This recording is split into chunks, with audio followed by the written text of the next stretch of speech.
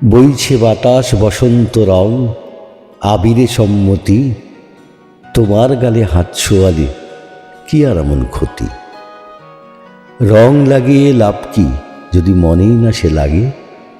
আগেও দেখা হয়েছে জানি, এবার দেখা ভাগে।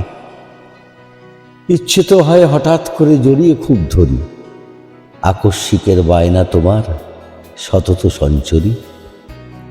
আশ মেটাতে তাস ফেলেছি, তরুপে ইস্কাপন।